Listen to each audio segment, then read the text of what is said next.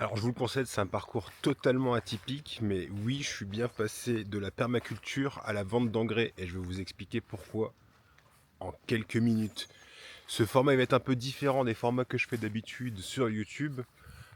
J'ai pas l'habitude des formats Talking Head, mais on va se lancer, on verra bien ce que ça donne et vous me direz en commentaire si ça vous plaît. Donc la permaculture, moi j'ai découvert ça dans les années 2006-2007. J'étais encore à l'étude à l'université de Lille 1. Donc je fais une école d'ingé et beaucoup de soirées étudiantes, un mode de vie pas très sain, mais ça permet de rencontrer beaucoup de monde.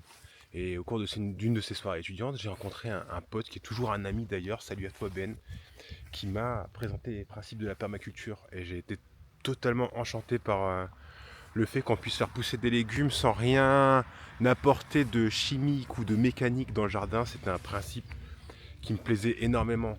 Donc Ben, à l'époque, il est même encore horticulteur.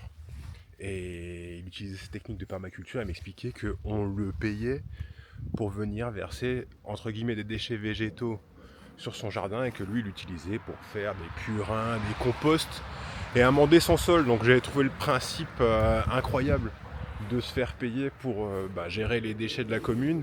Et c'était des déchets végétaux plutôt de bonne qualité. Et lui, ça lui permettait d'en tirer des légumes d'extrêmement bonne qualité. Il vendait des paniers de légumes plus que bio, même s'il n'avait pas la certificat bio. Et je trouvais son mode de vie très très inspirant et j'ai commencé à expérimenter la permaculture à l'époque dans le jardin de ma mère, avec des résultats plutôt encourageants dans un premier temps et des méthodes assez farfelues parfois. Quand j'en discutais avec Ben justement, lui est resté sur des méthodes très simples, type lasagne, amendement du sol avec des paillages, des mulches en grande quantité. Et il avait des bons résultats. Et moi j'étais plutôt dans les phases expérimentales, donc j'ai tout testé, tout ce que vous avez pu voir sur les forums, sur les chaînes de jardinage qui ont explosé par la suite. Parce qu'en 2006-2007, on est encore avant le boom de la permaculture qui va venir plutôt dans les années 2010 à 2015, je dirais. Où vous allez avoir tout un tas de chaînes sur la permaculture qui vont beaucoup mettre en avant ce mode de culture. Et moi, j'ai expérimenté un peu toutes les méthodes qui ont pu être mises en avant, notamment les buts à enterrer des grandes quantités de bois plus ou moins morts, des feuillages, des branchages, etc. Tout ce qui est déchets végétaux. J'ai testé, ça marche pas trop mal, mais j'ai été plutôt mitigé sur certains résultats. Parce que le fait d'enterrer de la matière organique, c'est censé retenir beaucoup d'eau dans le sol. C'est certainement vrai après plusieurs années d'utilisation de la butte, mais en tout cas dans les premières années c'est même assez contre-productif.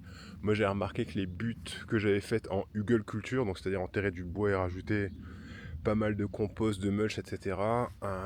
Les premières années, les buttes avaient tendance à s'assécher et j'avais de meilleurs résultats finalement sur un sol plat bien mulché.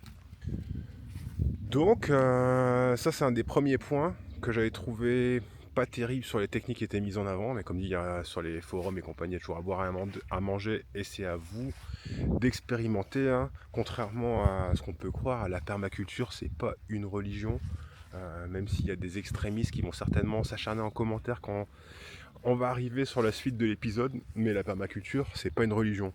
Expérimentez, faites ce qui vous semble bon, observez ce qui se passe bien sur votre sol, parce que ce que vous allez voir dans une vidéo ne sera pas forcément vrai dans votre jardin, et même dans mes vidéos de ma chaîne, il y a des choses qui sont probablement pas applicables à tous les jardins. Donc la permaculture n'est absolument pas une religion, et du coup en sortir et se mettre à vendre de l'engrais ne fait pas de moi un, comment on appelle ça déjà, ceux qui quittent les religions et qu'on finit par lapider dans certaines religions. Euh, voilà. C'est pas une religion, on a tout à fait la liberté de pouvoir partir sur d'autres modes de culture. Et surtout, c'est plutôt une philosophie, et c'est une philosophie d'expérimentation. Donc faites comme moi, testez, et puis vous verrez bien ce qui marche le mieux dans votre terrain. En tout cas, ce que je peux en dire, c'est que quoi qu'il en soit, ça reste vraiment mitigé sur les cultures gourmandes. La permaculture, c'est-à-dire faire des amendements faibles en azote, avec du purin, du compost, etc. C'est très bien pour tout ce qui est salade, radis, navets, les choses qui ne vont pas consommer trop d'azote, mais dès lors que vous avez commencé à planter, comme tous les jardiniers, des tomates, des pommes de terre, des choses qui sont un peu plus gourmandes en azote, là malheureusement ça va pomper dans les ressources de votre sol. Et à moins d'avoir un grand terrain et de faire une bonne rotation des cultures, à un moment donné vous allez observer que vos cultures vont s'amoindrir. Vous aurez des toutes petites pommes de terre ou très peu de tomates. Et ça c'est un signal que votre sol est en train de s'appauvrir. Et c'est pour ça que j'ai commencé à utiliser spécifiquement sur ces cultures des engrais. Mais attention, des engrais organiques. J'utilise pas du tout d'engrais chimiques dans mon jardin. Les engrais chimiques, je trouve que c'est à proscrire parce que, ok, c'est hyper efficace. Quand vous regardez la teneur en azote des engrais chimiques comparé aux engrais organiques, c'est stratosphérique. Un engrais chimique comme de l'ammonitrate, vous pouvez monter jusqu'à 30-33% d'azote. C'est phénoménal.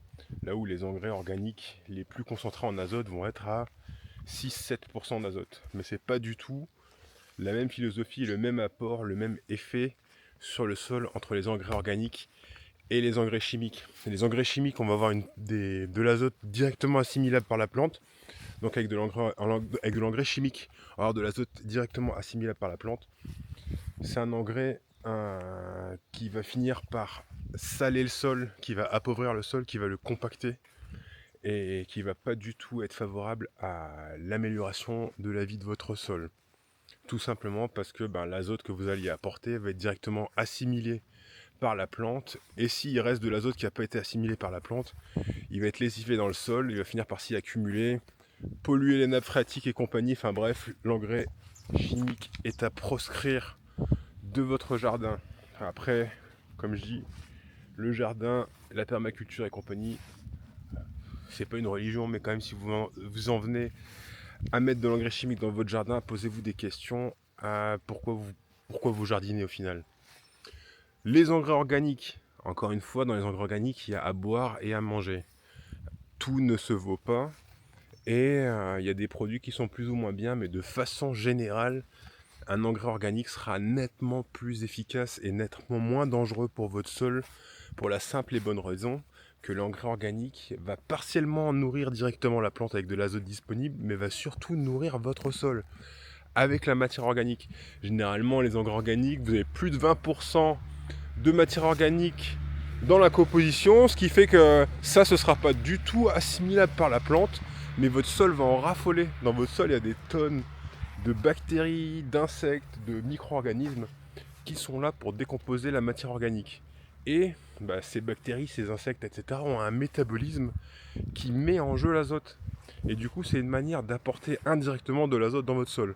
En ajoutant de la matière organique, comme vous le faites aussi en paillant, en rajoutant du mulch, mais le processus c'est beaucoup plus long parce que c'est des composés organiques beaucoup plus complexes. Si vous ajoutez de l'engrais organique, vous allez rajouter de la matière organique plus simplifiée, plus proche des sucres, on va dire, et plus directement assimilable par votre sol. Et du coup, la vie de votre sol, la microbiologie, va transformer cette matière organique en composé disponible pour le sol et son métabolisme va faire rentrer de l'azote en grande quantité dans votre sol. Donc vous allez voir des résultats qui sont immédiats. Il n'y a pas besoin d'attendre des années avant de voir des résultats avec de l'engrais organique. C'est ça qui est intéressant, surtout pour les cultures gourmandes. Comme je vous disais, les pommes de terre, les tomates et compagnie. Ça demande de l'azote, ça demande de la matière organique. Donc en engrais organique, je trouve ça vraiment la meilleure solution pour le jardinier qui veut allier productivité et respect de l'environnement. Et c'est pour ça que j'en suis venu, il y a quelques années, à commercialiser de l'engrais organique. Là, il faut que je vous raconte l'anecdote, parce que du coup, j'utilisais, il y a plus de 10 ans, de l'engrais organique, toujours le même, toujours la même marque, c'est le Solabiol, il est bien connu, vous pouvez le trouver dans n'importe quelle jardinerie. Il est très efficace, il est à peu près à 3% d'azote. Et j'ai jamais trop cherché à creuser la composition, mais je sais qu'il y a de la matière organique d'origine animale dedans. Donc c'est pareil, selon les sensibilités. En engrais organique, vous avez énormément d'engrais organiques qui font intervenir du sang séché, de la corne de bœuf, etc. Moi, ça m'a jamais trop perturbé parce qu'encore une fois, je n'ai pas de religion par rapport à l'exploitation animale, même si bien sûr l'exploitation animale industrielle dans les mauvaises conditions, c'est totalement à déplorer. Seulement, moi je consomme de la viande, donc le fait qu'il y ait de la matière d'origine animale dans mes engrais m'avait pas trop perturbé, même si je me doute bien que quand on parle de sang, c'est pas le sang séché des vaches que je peux voir dans les prairies qui broutent aux alentours du beau village dans lequel j'habite. Bref, dans les engrais organiques d'origine, il y a des engrais organiques d'origine animale et il y a des engrais organiques d'origine végétale. Et je suis tombé dessus tout à fait par hasard et c'est comme ça que j'ai commencé à développer ma marque. C'est un soir en sortant du boulot. Alors ouais, pour la petite histoire, je suis ingénieur en agroalimentaire depuis bientôt 15 ans. Et d'ailleurs, mon pote Ben, je l'ai rencontré à l'école d'ingé à Polytech Lille il y a un peu plus de 15 ans maintenant. Ça nous rajeunit bientôt 20 ans, ça nous rajeunit pas tout ça. Et donc je travaille dans l'industrie agroalimentaire depuis une quinzaine d'années. Et un soir en sortant de l'usine, je devais m'occuper de mon jardin. Il fallait impérativement que j'apporte un amendement au sol. Et le magasin dans lequel j'achetais d'habitude mon Solabiol fermait à 18h30. Donc c'était totalement impossible pour moi d'arriver à l'heure d'acheter mon engrais organique et de les pendre dans mon jardin. Donc qu'est-ce que j'ai fait? J'ai été à un supermarché du coin. J'ai acheté l'engrais organique de la marque de distributeur. Et en l'utilisant, je me dis putain, ça ressemble quand même vachement à un produit qui sort de mon usine. Je travaille dans une industrie de transformation céréalière et ça ressemble vachement à de la liqueur de maïs. Et je regarde de la composition du produit et je vois haute trempe de maïs. Et là, j'ai eu comme un vertige. Je me suis dit, punaise, ce produit, ça m'a vraiment marqué parce que tous les jours, depuis 15 ans, je me suis réveillé à côté de ces cuves énormes avec des mètres cubes et des mètres cubes de liqueur de maïs qui part à 99,9% dans l'alimentation animale. Et je me suis rendu compte qu'il n'y avait qu'une petite fraction qui arrivait dans ce marché des engrais organiques. Et j'ai trouvé ça génial parce que tout est devenu logique dans ma tête. Je me suis dit, mais bien sûr, on vend ce produit aux industries de la nutrition animale parce que ça contient des protéines. Et les protéines, c'est excellent pour le développement du bétail, pour tout ce qui est viande, lait, etc. Il y a besoin d'un apport protéique conséquent. Mais ça contient aussi beaucoup d'azote parce que les protéines sont constituées entre 5 et 6% d'azote. Donc si vous avez maintenant un ingrédient qui contient, admettons, 60% de taux de protéines, bah, ça veut dire qu'il contient grosso modo 10% d'azote. Et c'est comme ça que je me suis dit, bah, y a quelque chose à faire. Je viens d'une famille, mon père était entrepreneur, et j'ai toujours voulu créer mon activité. Et je me suis dit, bah voilà, ça c'est une excellente activité. Commercialiser un coproduit de l'industrie pour le rendre disponible au plus grand nombre, parce que bah, bien sûr vous pouvez pas acheter ces produits là, ils vont vraiment que ils vont d'industrie à industrie si vous voulez, ils sont pas du tout disponibles au commun des mortels, à part sur quelques niches comme le petit bidon que j'avais acheté de liqueur de maïs. Et du coup bah, j'ai décidé de faire pareil, de sourcer des produits d'origine végétale issus des industries et de les commercialiser pour les rendre disponibles au plus grand nombre. C'est très bon pour votre sol. Il y a le fait que ça s'appelle engrais, c'est complètement normalisé. En France, on ne peut pas vendre des engrais sans avoir passé un certain nombre de certifications qui assurent qu'il y a la bonne quantité d'azote pour s'appeler engrais. Il faut qu'il y ait minimum 3% d'azote pour que ça puisse s'appeler engrais. En l'occurrence, le nôtre, il en a plus de 6. Ensuite, il faut s'assurer qu'il n'y ait pas de métaux lourds dedans pour être sûr de ne pas polluer le sol en utilisant un produit. Et le troisième, c'est qu'il n'y ait pas de bactéries type E. coli ou des œufs de larves, etc. qui pourraient être dangereux. Ça touche plutôt les engrais organiques d'origine animale. Mais là, on est dans un produit qui est 100% d'origine végétale, donc il n'y a aucun risque là-dessus. Le produit remplissant les 3 critères, j'ai eu 4 années consécutives le certificat de conformité à la réglementation française sur les engrais organiques. Donc ça fait maintenant un peu plus de 3 ans que je commercialise ce magnifique engrais organique 100% d'origine végétale. Si jamais vous voulez en savoir plus sur ce produit, je vous invite à vous rendre sur ma boutique. On a fait peau neuve récemment. D'ailleurs, salutations à mon pote Jessie qui a fait un excellent travail sur la rénovation du site. Donc pour voir un peu plus d'informations sur ce produit, rendez-vous sur ma boutique. J'espère que ce format vous aura plu. Si c'est le cas, n'hésitez pas à lâcher un like et abonne-toi pour ne rater aucune de mes astuces.